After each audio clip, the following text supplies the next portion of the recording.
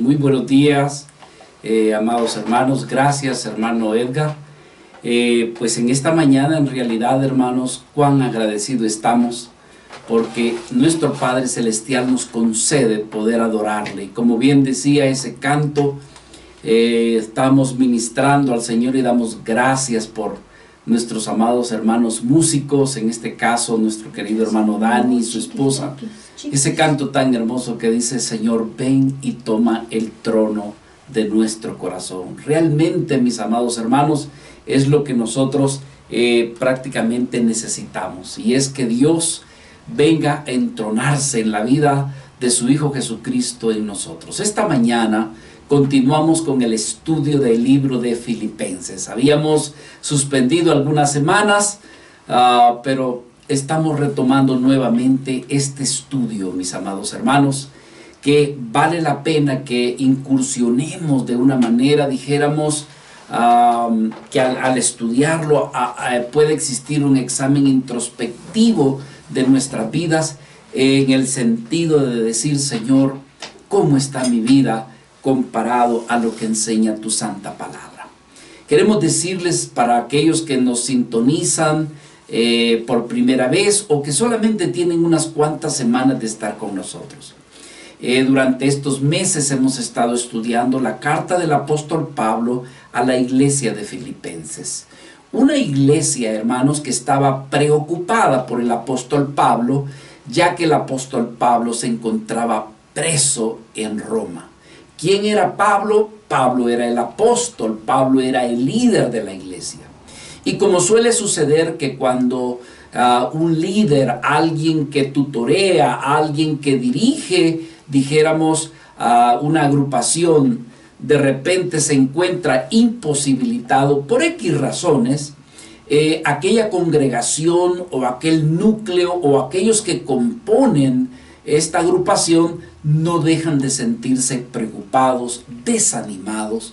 Y entonces, en el caso particular, el apóstol Pablo escribe esta carta a los filipenses diciéndoles que aunque para él ha pasado situaciones adversas, que no se preocupen, que Dios lo ha utilizado para bien. Mis amados hermanos, nosotros estamos pasando, ¿verdad? Dentro de nuestra historia contemporánea, estamos pasando situaciones adversas, difíciles, que pueden provocar desánimo, pueden provocar al punto de llevarnos a una depresión e inmovilizarnos en nuestra vida cristiana. Hay una sola manera de poder continuar, hay una sola manera de seguir adelante, y es puestos nuestros ojos en la persona de nuestro amado Señor Jesucristo. Y Pablo les está diciendo a los de Filipenses: no se desanimen por lo que esté sucediendo o por lo que vaya a suceder.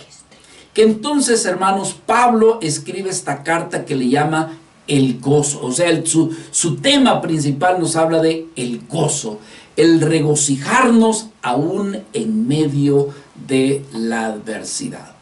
Así que creíamos nosotros oportuno, mis amados, el poder estudiar esta carta del libro de Filipenses para poder sobreponernos por encima de los embates de esta vida, por encima de las situaciones que estemos viviendo. Así que, habiendo dicho esto como una introducción, yo quisiera invitarles en esta hora que estudiáramos esta porción de las Escrituras, que créanme, mis amados hermanos, que cuando veía el pasaje yo me sentía como en una encrucijada. Estamos tratando de exponer los pasajes, pero cuando uno mira versículo tras versículo encuentra tanta verdad que uno se quisiera quedar allí. Por ejemplo, nuestro estudio corresponde el día de hoy, el capítulo 3, versículo 17 hasta el versículo 21. Pero en este caso no vamos a llegar hasta el 21. Parecería como que fuera temático lo que vamos a estudiar, aunque en mi corazón me he propuesto ser lo más expositivo hasta donde Dios pueda darnos la gracia. Pero vamos a leer desde el versículo 17 hasta el 21, pero creo que lo que vamos a estar estudiando, y vamos a dividirlo en dos partes, vamos a estarlo estudiando hasta el versículo 19. Leamos, por favor, abran sus Biblias, no solamente escuche al pastor, sino que también que Dios le dé diligencia y abra las Sagradas Escrituras. Dice el versículo 17, hermanos, sed imitadores de mí, y mirad a los que así se conducen según el ejemplo que tenéis en nosotros. Porque por ahí andan muchos de los cuales os dije muchas veces, y aún ahora lo digo llorando, que son enemigos de la cruz de Cristo, el fin de los cuales será perdición, cuyo Dios es el vientre y cuya gloria es su vergüenza, que solamente piensan en lo terrenal. Mas nuestra ciudadanía está en los cielos, de donde también esperamos al Salvador, al Señor Jesucristo, el cual transformará el cuerpo de la humillación nuestra para que sea semejante al cuerpo de la gloria suya, por el poder con el cual puede también sujetar a sí mismo todas las cosas. Como nosotros somos incapaces de poder transmitir la esencia de la verdad del Señor, y también somos incapaces de poder recibir adecuadamente la palabra del Señor, necesitamos orar. Necesitamos pedir la bendición de nuestro Dios en esta hora. Mi Señor, te pedimos tu auxilio, tu ayuda, tu socorro. Nosotros comprendemos, Señor, de que tu palabra es santa. Nosotros entendemos que tu palabra es divina. Y nosotros somos terrenales, pecadores, Señor, que podríamos, y es así, vernos incapaces de poder dar, como también de poder recibir la esencia de tu verdad. Bendice a mis amados hermanos que están escuchando esta palabra, y bendice a tu siervo, Señor, en su incapacidad, en su falta de pericia. Señor, que seas tú con tu Espíritu Santo tocando nuestros corazones, insertando tus verdades que pueden transformar nuestras vidas. Señor, bendícenos, te lo pedimos, en el precioso nombre de nuestro Señor Jesucristo. Amén. Quiero explicar y decir, mis amados hermanos, que este es uno de los pasajes, diríamos, más importantes de las Sagradas Escrituras. ¿Por qué razón? Yo quiero invitarle a que vea lo que dice el versículo 17 y vea qué tan importante es esta escritura. Dice, hermanos, sed imitadores de mí. Es decir, hermanos, es importante este versículo porque aquí lo que nosotros vemos es que el apóstol Pablo nos está hablando de que podamos imitarlo a él, es decir, que él ha venido a ser como un ejemplo. ¿Y por qué tiene importancia este pasaje? Porque tiene que ver con el ejemplo que nosotros establecemos ante el mundo y diríamos ante nuestras familias y nuestros amigos. Tiene que ver, mis amados, con la forma en que vivimos. Tiene que ver cómo es que con nuestro ejemplo o con nuestro estilo de vida, quiérase o no, ejercemos alguna influencia sobre los demás. Puede que usted y yo dijéramos, yo no quiero influenciar a nadie, yo no quiero que alguien me imite, pero sin embargo quiero decirles, hermanos, que aunque usted diga eso, tarde o temprano usted va a influenciar a alguien. Puede influenciar a sus hijos, puede influenciar a su esposa, a su esposo, puede influenciar incluso a sus amigos. ¿Cómo? Por la manera en cómo usted se conduce. Ahora, ¿qué tan importante es que usted y yo podamos conducirnos adecuadamente? Bueno, si nosotros seguimos lo bueno, si nosotros hacemos lo correcto, esto puede alentar a que todos los que nos rodean o alguien que nos mira puedan también hacer lo bueno. Pero el cuidado es, o el peligro es, que si nosotros hacemos las cosas mal, si nosotros damos un mal ejemplo, podemos también fijar una actitud, una mala conducta, un mal comportamiento ante los demás, y muchas veces los demás pueden hacer el mismo error y se pueden justificar al decirnos: bueno, tú también lo haces. ¿Cómo puedes tú corregirme a mí si yo te he visto cómo has hablado, si yo he visto cómo has actuado, he visto cómo has gritado, he visto cómo has dicho malas palabras? O sea, ¿cómo me puedes tú venir a corregir si yo te he visto también? Así que este asunto, hermanos, es de vital importancia.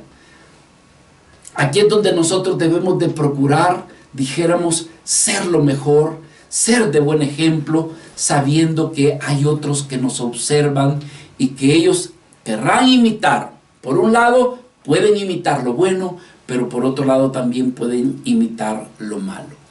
Ahora, mis hermanos, esto nos lleva prácticamente a otra dimensión de nuestra vida. Y es que muchas veces, si alguien va a imitar lo bueno, por causa de que usted y yo pudiéramos inspirarle, esto debe de tener su origen también en que usted y yo estamos imitando a alguien que realmente vale la pena imitar. Es decir, que esto va en un proceso tipo cascada. No sé si me doy a comunicar. ¿Y por qué estoy diciendo esto? Porque el apóstol Pablo nos está desafiándonos cuando nos dice: hermanos, sed imitadores de mí. La pregunta aquí sería: ¿puedo decir yo esto de mí a los demás? Y es donde uno muchas veces puede quedarse hasta corto, porque uno puede decir: Señor, yo en algunos casos realmente he sido de mal ejemplo, que para mí me es difícil decir: imítenme a mí. Pero ¿cómo es que Pablo pudo decir estas palabras? ¿Será que Pablo era una vida tan perfecta, tan correcta, que Pablo podía ser osado y decir: ¿saben qué? Imítenme a mí? Mis amados hermanos, esa es la importancia de este estudio en esta hora. Mi oración es captar su atención. Mi oración es que usted se meta conmigo en las Escrituras y que comprendamos y entendamos a qué se refiere el apóstol Pablo cuando dice: sed imitadores de mí. He dividido en esta oportunidad en dos partes la enseñanza. Y lo primero que quisiéramos ver, y le hemos titulado a esta palabra, mirando a los que son buen ejemplo. Y el primer punto de mi mensaje le he titulado de la misma manera como le hemos titulado a todo el mensaje en general. Así que lo primero que quisiéramos ver nosotros en esta hora es poder ver, poder mirar a aquellos que son buenos ejemplos. Vea por favor aquí en el versículo 17 una vez más. Dice la Escritura: hermanos, sed imitadores de mí. Pero observe, Pablo no solamente está hablando de él, sino también está diciendo: pero miren, no solamente a mí, sino también a los demás, pero que se conducen adecuadamente. Vea lo que dice: hermanos, sed imitadores de mí. Y mirad, dice Pablo, también a los que así se conducen según el ejemplo que tenéis, y habla en un sentido plural, según el concepto que tenéis de nosotros. Así que, mis amados hermanos, yo en esta oportunidad quiero ver esta porción. ¿Cuándo es que nosotros podemos imitar a alguien? Evidentemente, cuando son buenos ejemplos. ¿Por qué? Porque ellos se conducen de la manera adecuada. Aquí Pablo prácticamente está reconociendo que no solamente él ha sido una vida ejemplar en su conducta, como para decir imitadme a mí, sino que, como dijimos hace un instante, también el apóstol Pablo está reconociendo que hay otros que son dignos de imitar. Y en las Escrituras encontramos varios hermanos, inclusive la iglesia de Filipenses, pero otras iglesias más que diríamos, ustedes son dignos de reconocer, de elogiar, porque ustedes han imitado nuestros buenos ejemplos. Un caso muy particular es la iglesia de Tesalónica. Allá en Primera de Tesalonicenses, en el capítulo 1 y en el versículo 6, Pablo, hablando de esa iglesia, dice: vosotros vinisteis a ser imitadores de nosotros. Pero no solamente de nosotros, dice el apóstol Pablo, sino también del Señor.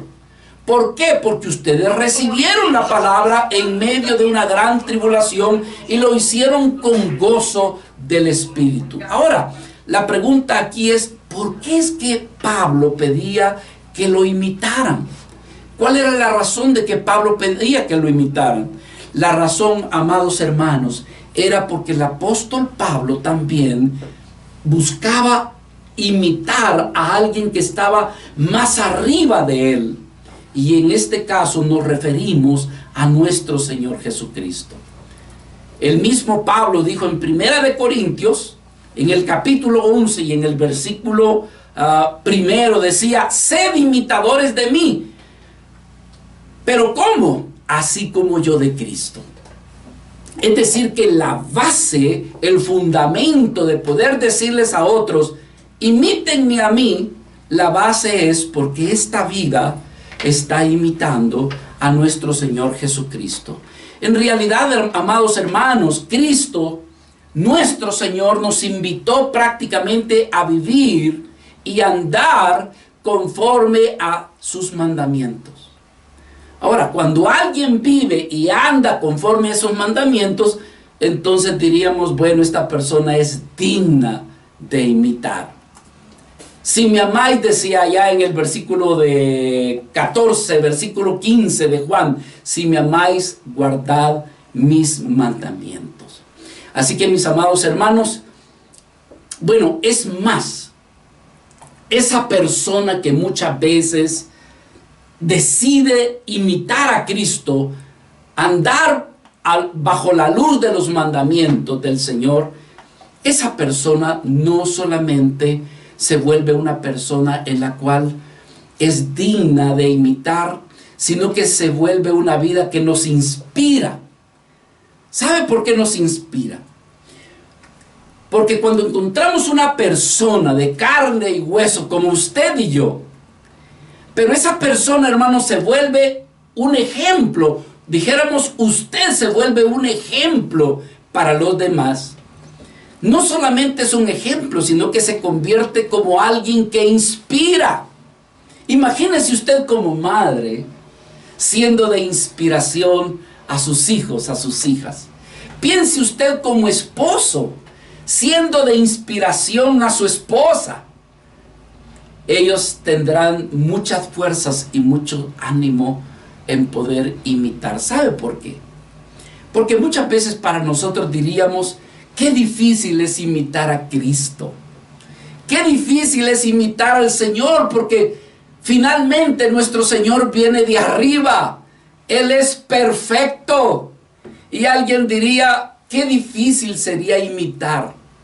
Pero cuando usted mira a una vida de carne y hueso, que está a nivel terrenal, y usted puede decir, esta vida es igual de como yo soy, con mis debilidades, con mis errores, y con todo y eso se sobrepone para ser ejemplo.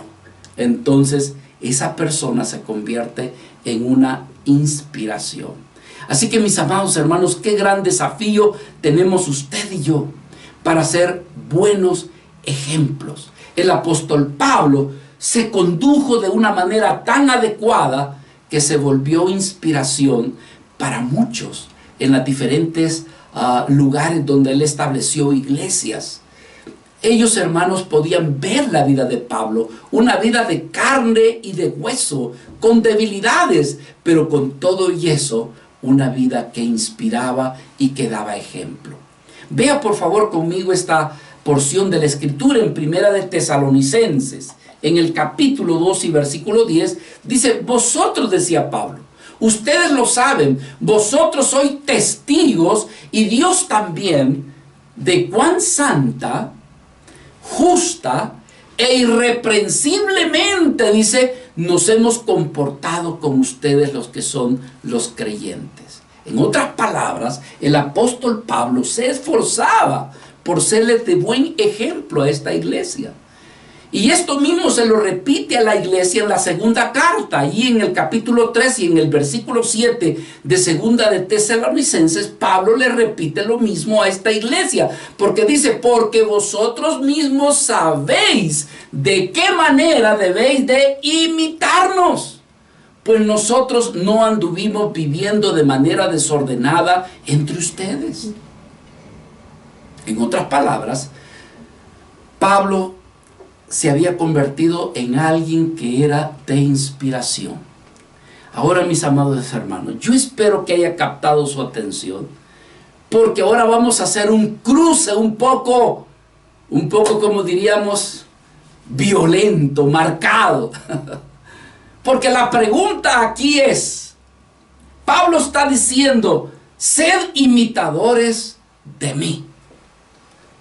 Y aquí quiero llamar su atención, porque la pregunta es: ¿qué significa lo que Pablo está queriéndonos decir cuando dice sed imitadores de mí?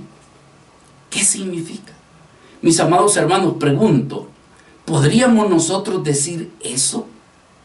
¿Podríamos nosotros decir, por favor, sean imitadores de mí, de mi buena conducta? Pregunta sería aquí: el apóstol Pablo se siente tan perfecto que entonces, amados hermanos, él tiene la osadía, por así decirlo, de que lo imitemos a él.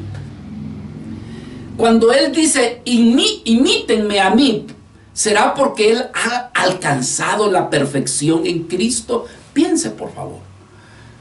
¿Será acaso que Pablo, cuando dice imítenme porque yo no he cometido ningún error alguno, querrá decir eso Pablo? ¿O acaso querrá decir Pablo cuando dice imítenme porque yo soy una persona que no me equivoco en mi manera de conducirme? ¿Será por eso que Pablo puede decir imítenme a mí? ¿Acaso Pablo podría decir imítenme a mí porque yo no tengo debilidades, yo no tengo conflictos? ¿Será por eso, hermanos, que Pablo nos está diciendo que lo imitemos? No, hermanos amados, Pablo prácticamente él no está reclamando ninguna perfección.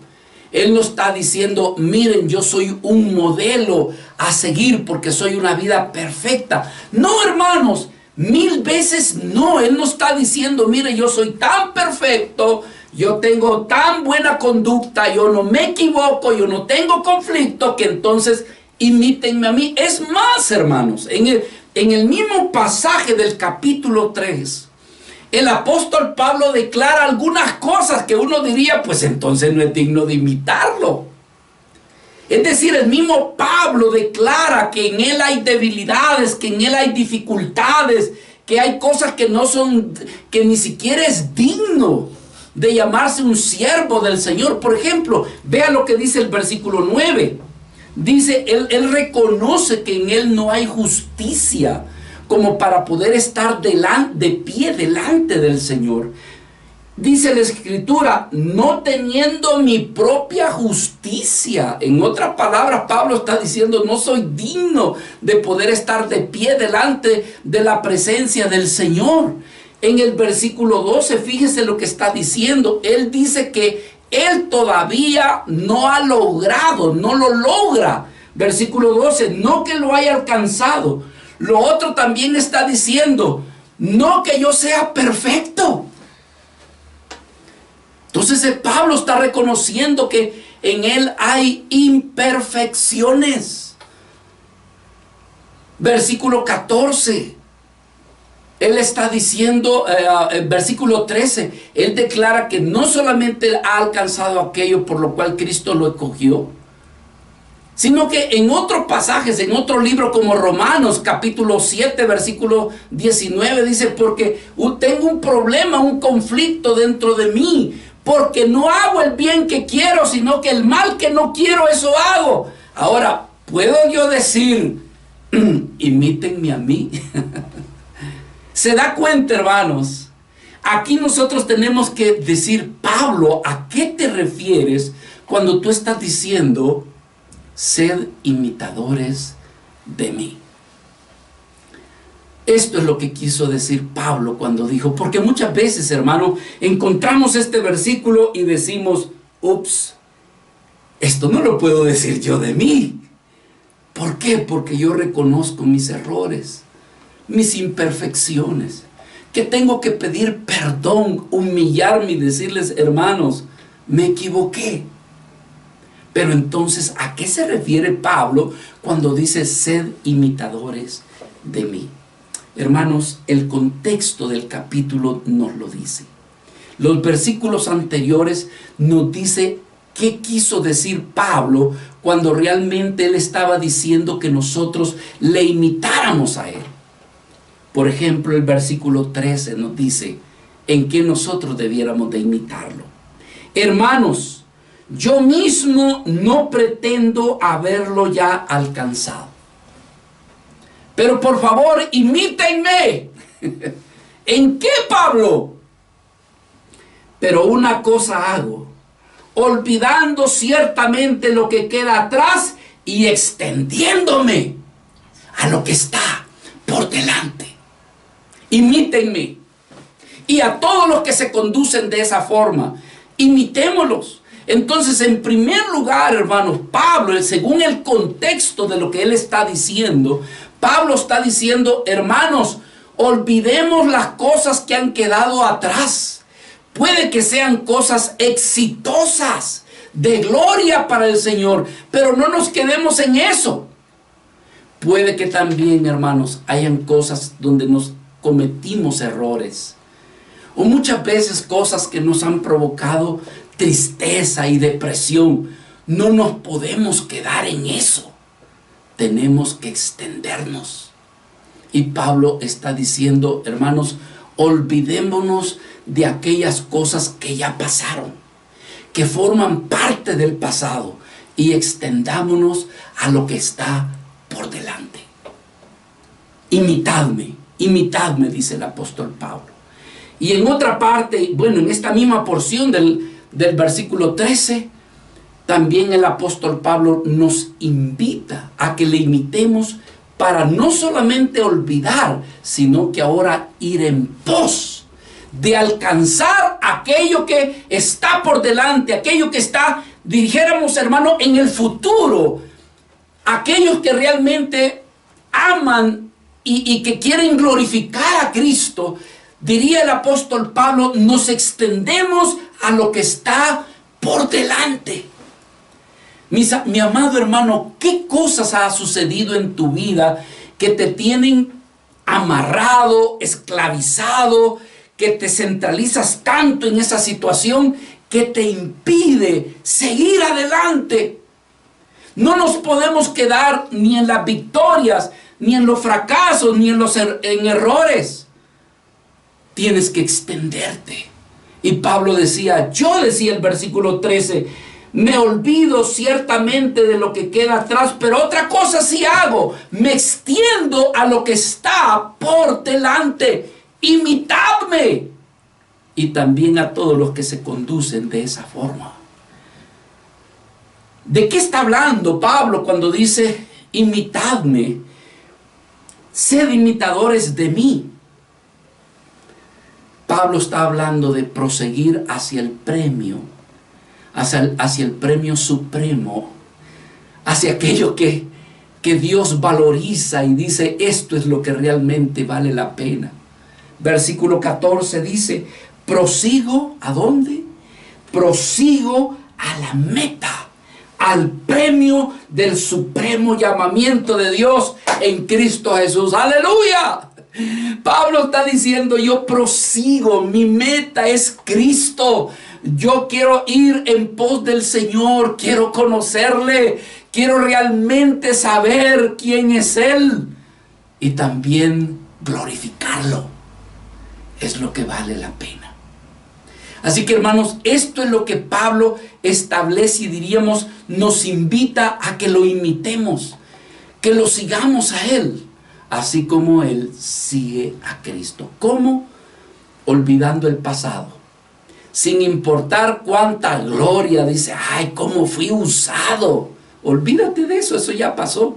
Ay, el día en que Dios derramó su Espíritu Santo, sí, pero ¿cuándo fue eso? Eso ya pasó. O cuando alguien pudo decir, cometí un gran error, que me avergüenzo, quisiera que la tierra me tragara. Hermano, eso ya pasó.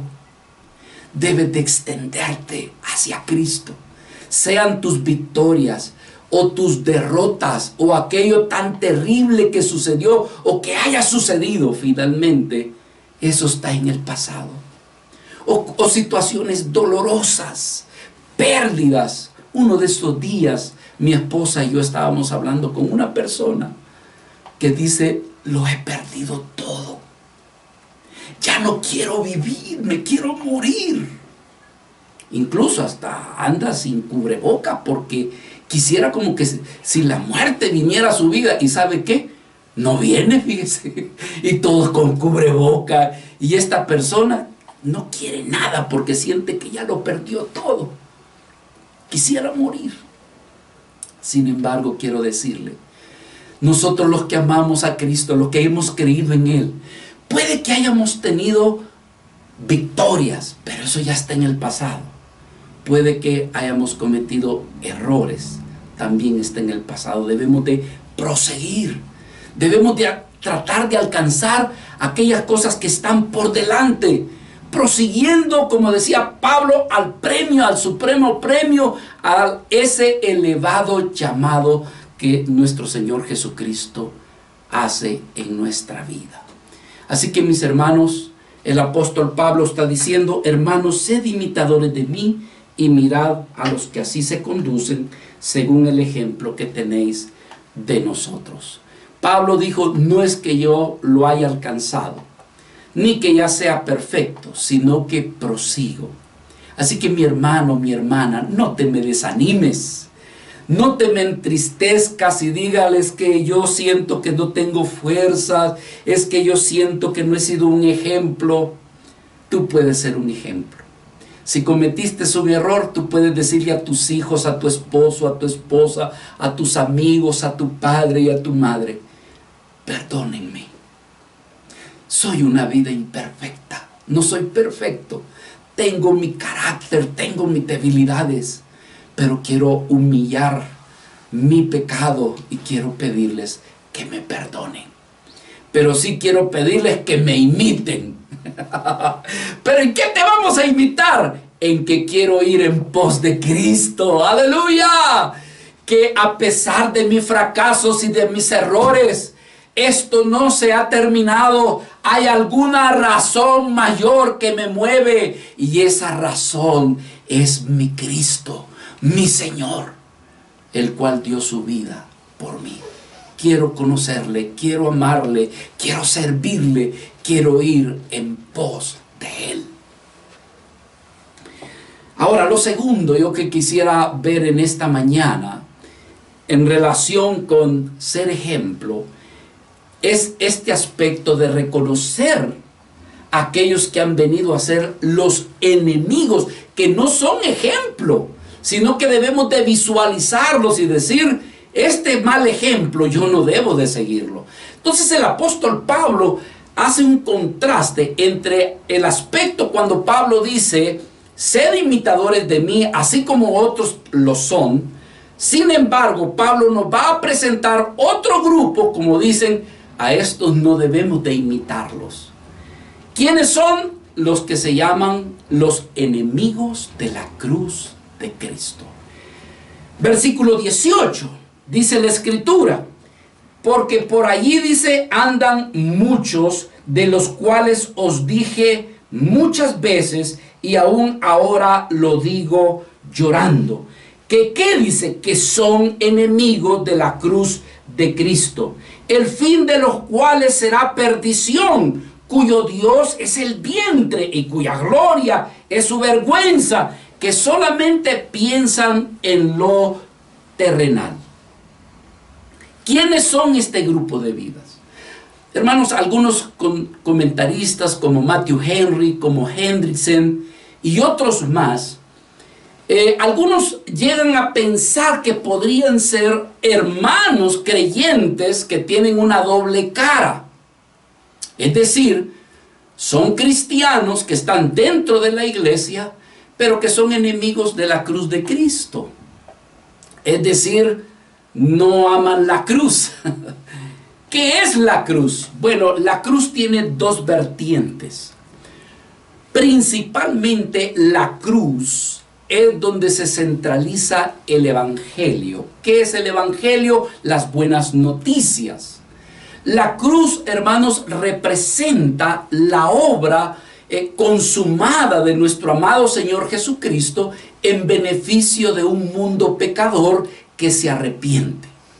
Es decir, Cristo allí en esa cruz, Él pudo decir, tetelestai, consumado es, la cuenta ha sido saldada, ha sido pagada. Entonces, alguien que cree en el sacrificio de Jesucristo se mira beneficiado por todo lo que Cristo hizo a nuestro favor. Pero si alguien no cree en lo que Cristo hizo en esa cruz, entonces no se verá beneficiado. Entonces decimos nosotros, esa es una vertiente, es una verdad, diríamos una grandiosa verdad de lo que Cristo hizo por nosotros. Pero la segunda vertiente es que somos llamados a identificarnos con Cristo. ¿Y esto qué quiere decir? Nuestro Señor Jesucristo en un momento dado dijo, si alguno quiere ser mi discípulo, niéguese a sí mismo, tome su cruz y ¿qué más? Sígame. Ahora, esta segunda vertiente o segunda verdad de la cruz no quiere decir de que porque yo voy a llevar mi cruz es un trabajo para redimir mi pecado, para salvarme a mí mismo.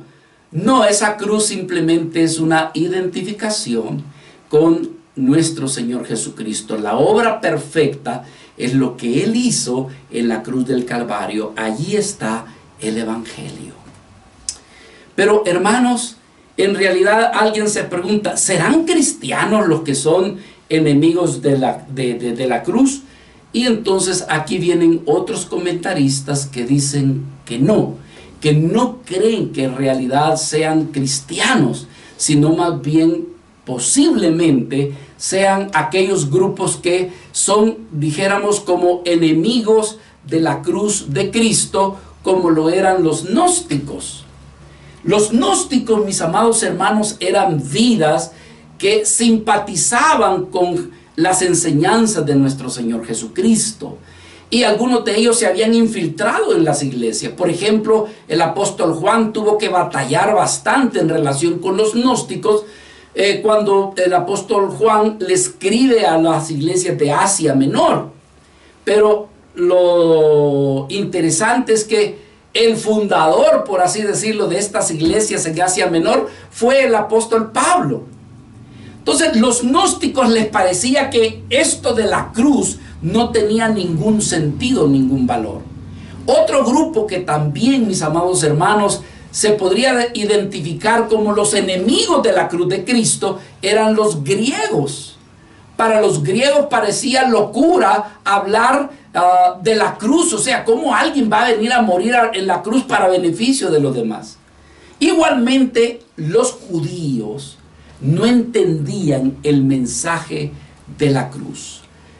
Entonces, hermanos, vea cómo, por ejemplo, en Corintios el apóstol Pablo tuvo que decirles, ustedes no están entendiendo el mensaje de la cruz. Primera de Corintios, capítulo 1, versículo 18, dice, porque la palabra de la cruz es locura. ¿A quiénes? A los que se pierden. Pero a los que se salvan, esto es a nosotros, el apóstol Pablo decía, para nosotros el mensaje de la cruz es el poder de Dios. O como dijo también más adelante Pablo, pero allí mismo en ese capítulo, versículo 22, él decía, porque los judíos piden señales y los griegos buscan sabiduría. Pero nosotros predicamos a Cristo crucificado. Para los judíos, ciertamente, ¿qué decía Pablo? Eso es de tropiezo. Y para los gentiles, es decir, para los griegos, peor, eso es una locura. Mas para los llamados, así judíos como griegos, en realidad, Cristo es poder de Dios y sabiduría de Dios. Así que, mis hermanos, decimos nosotros en relación con esto, que cuando se habla de los enemigos de Cristo, no creemos que realmente eran cristianos, a menos que pudieran ser cristianos que se hayan identificado con Cristo, pero que todavía quieren vivir bajo la corriente, bajo los deleites y los placeres de este mundo. Sin embargo, hermanos, creemos que esta parte donde el apóstol Pablo dice, para los que viven de esa manera, en realidad su vida será de perdición. Yo quisiera tomar su atención ya en esta parte, hermanos, que estamos declinando el mensaje, en el versículo 19, donde dice, el fin de los cuales, es decir, los que no aman la cruz de Cristo, los que son enemigos de la cruz de Cristo, el fin de los cuales será perdición, cuyo Dios es el vientre, cuya gloria es su vergüenza, y que solamente piensan en lo terrenal. Quizás más que pensar quiénes eran, porque podrían ser los gnósticos, podrían ser los griegos, podrían ser los judíos, quisiéramos, hermanos, tal vez poner más la atención en cuál es la practicidad de estos que son enemigos de la cruz de Cristo. El versículo 19 nos está diciendo, cuyo Dios, dice, es el vientre. En otras palabras, lo que está diciendo aquí dentro de la practicidad de los que hacen estas cosas es que estas vidas, hermanos, prácticamente viven para el placer. Son enemigos de la cruz de Cristo porque están viendo que Cristo se negó a sí mismo, se entregó para bendecir a la humanidad, y ellos decían, ese mensaje para mí no tiene coherencia. O este otro mensaje de, si quieres ser seguidor de Cristo, toma tu cruz y sígueme. Hermanos, para ellos decía, yo no quisiera vivir una vida como esa. Yo quiero mejor vivir para el placer. Esta escritura que dice, cuando dice, el fin de los cuales será perdición, cuyo Dios es el vientre, la palabra allí griega es koilia, que quiere decir, es un símbolo de aquello que produce placer, de aquello que produce deleite. Vidas que realmente viven centralizada su vida en solo deleitarse. Los griegos tenían muy centrada esta verdad en su vida. Ellos decían que la razón de la vida era vivir felices, teniendo todo, disfrutando de todo. Hermanos, el problema aquí, cuando nos habla del vientre, ¿ha oído aquella expresión que dice, barriguita llena, corazón contento? Porque lo que está hablando es de complacencia. Y el problema aquí es de aquella vida cuyo Dios es el vientre, está diciendo que solamente viven para tratar de ser felices, para tratar de deleitarse, vidas que la centralidad es tener placer. Yo recuerdo, por ejemplo, hace años, tratando de evangelizar a un vecino, hablaba con él y él era sincero conmigo. Y yo le decía, pero ¿por qué tú no te quieres acercar a Cristo? Y él me decía, es que a mí me gusta tener mucho sexo y con diferentes mujeres. Y yo sé, me dice, que tu religión prohíbe esto. Y yo le decía, mira, es que si tú vives para eso, dice que ni los borrachos, ni los adúlteros, ni los fornicarios heredarán el reino de los cielos. Entonces él me decía, esa es la razón de por qué yo no quiero recibir a Cristo. Vidas que viven para el placer, para el sexo. Vidas, hermanos, que su disfrute es la comida, que solamente piensan en el comer, en el sabor de la comida. Viven para eso. O para los que viven para el alcohol, para la droga, para el disfrute. O los que andan buscando, hermanos, cuya centralidad es vivir súper en comodidad. Una vida llena de abundancia, de todo placer, de todo disfrute. Gente que quiere vivir, hermanos, de fama, de mucho dinero, porque el dinero da el placer, da lo que uno quiere. Entonces a eso se refiere Pablo, que dice, ellos son enemigos de la cruz de Cristo.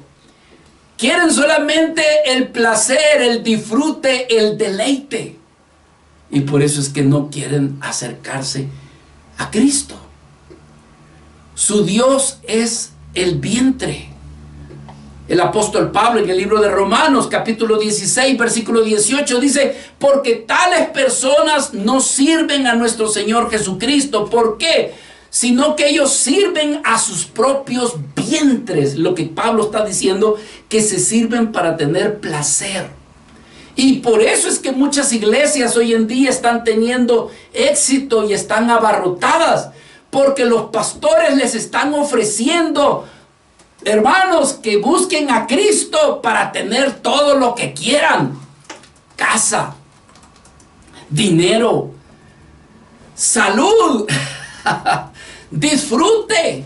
Y le llaman a eso, esta es la bendición de Dios. Pero no es eso, hermanos. Pablo nos está presentando la cruz de Cristo. Y por eso es que para los griegos eso era locura. Los judíos, y no se diga los gnósticos. Lo segundo es que viven para su gloria, buscan gloria. Vea lo que dice el versículo 19, cuyo Dios es el vientre y cuya gloria es su vergüenza. ¿Y esto qué quiere decir? Vidas que se jactan de lo que tienen. Vidas que se jactan de lo que poseen, o de lo que han hecho, o de lo que logran, o de lo que cocinaron. De sus conquistas. Ay, ¿te acuerdas de aquella muchacha? Ya. ¿Te acuerdas de aquella otra? También. O sea, de lo que ha logrado, de lo que ha alcanzado, su vanagloria. Otros dicen de la autoridad. Se hizo como yo digo. Hermanos, jactancia. Y Pablo decía, cuya gloria va a venir tarde o temprano a ser como vergüenza. De decir, qué locura, cómo pude menospreciar a Cristo por esto que es tan pasajero. Por eso es que nuestro Señor Jesucristo dijo allá en Lucas capítulo 12, versículo 15, mirad y guardaos de toda avaricia. ¿Por qué decía nuestro Señor? Porque la vida del hombre no consiste en la abundancia de los bienes de esta tierra, sino que consiste en la vida eterna en Cristo nuestro Señor. Así que dice Proverbios, no nos jactemos. No nos jactemos del día de mañana, porque no sabemos qué va a suceder el día de mañana. Así que hoy podemos estarnos triunfando, vanagloriando, reconociendo nuestras victorias, viviendo cómodamente, disfrutando de la vida, pero Cristo marginado. Entonces el apóstol Pablo decía, ellos son enemigos de la cruz de Cristo. ¿Qué más? Bueno, sus pensamientos están centralizados en las cosas terrenales. Vea lo que decía Pablo. Dice, cuya gloria es su vergüenza, y que solamente, ¿qué dice la Escritura?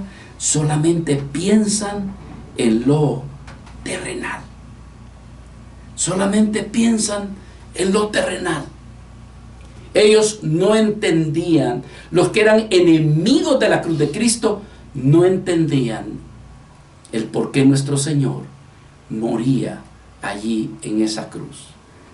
Así que, hermanos, Pablo encontraba que ya fuera dentro de la iglesia o fuera de la iglesia, porque los enemigos de la cruz de Cristo, se podría decir, hay gente fuera de la iglesia que son enemigos de la cruz de Cristo. Se oponen, rechazan lo que Cristo, o no entienden lo que Cristo hizo por ellos, y se vuelven enemigos sin conocer.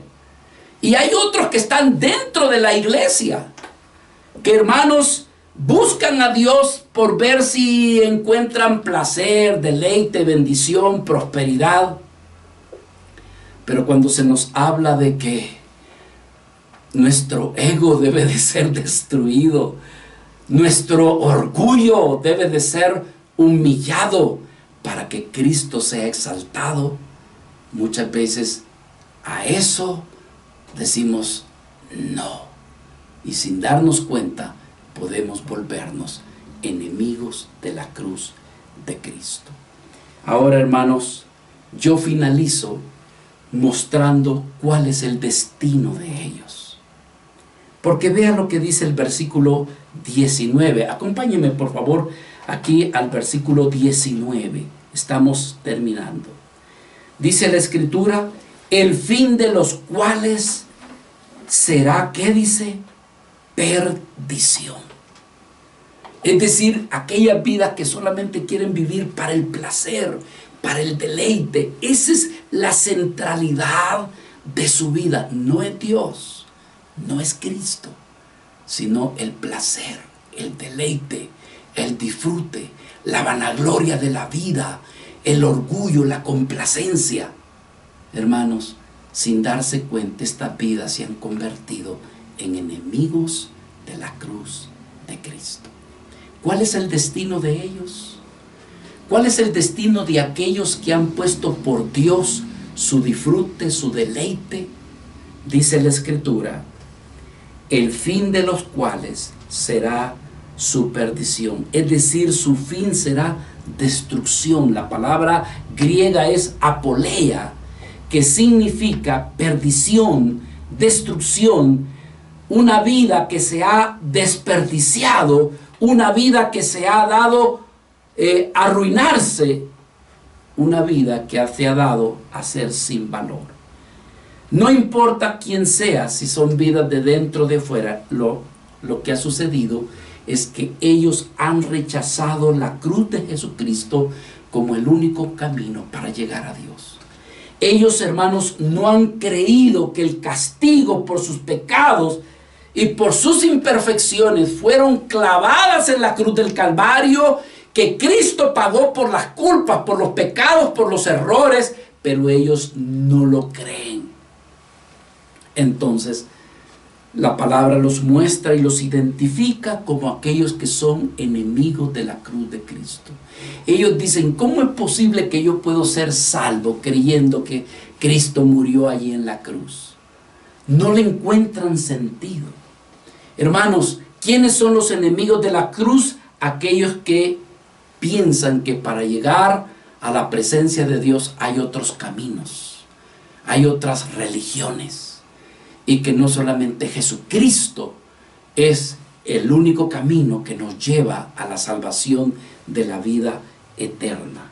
No desean comprender que Dios envió a su Hijo para morir en la cruz y así darle la salvación a la humanidad. Mis amados hermanos, bienaventurado sea usted que ha comprendido que la muerte de nuestro Señor Jesucristo fue para llevar nuestras debilidades, fue para llevar todos nuestros pecados.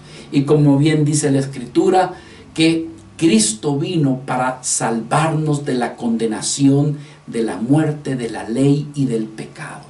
El que en Él cree dice que no verá la muerte, sino que verá la vida eterna.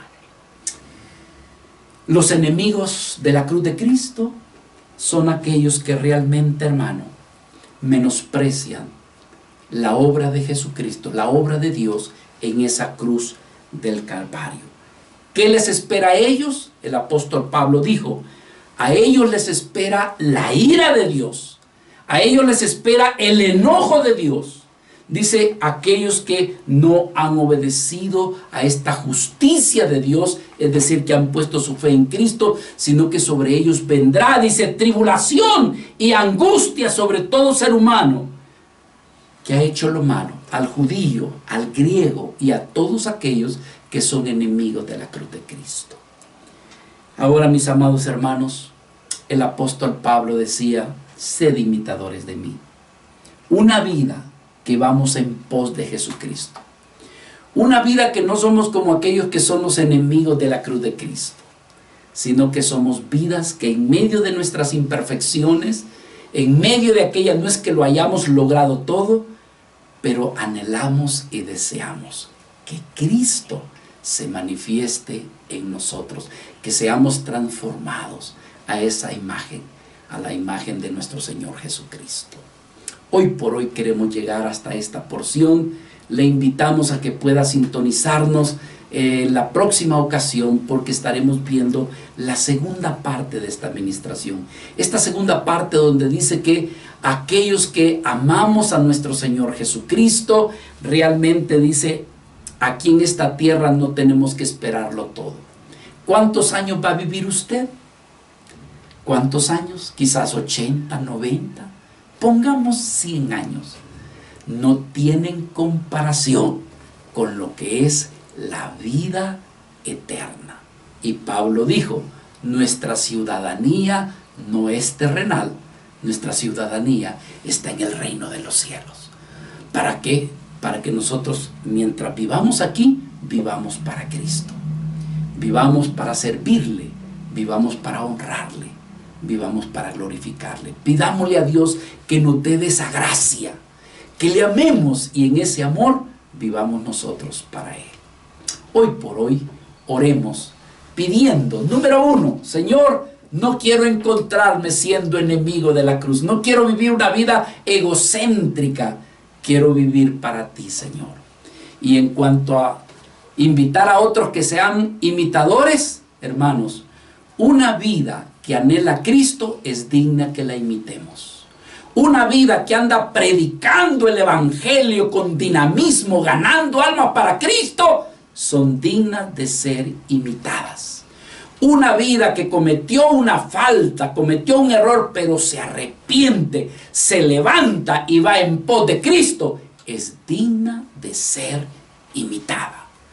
Una vida que realmente anhela glorificar, amar, servir a Cristo, esa vida es digna de ser imitada. Que Dios nos encuentre así.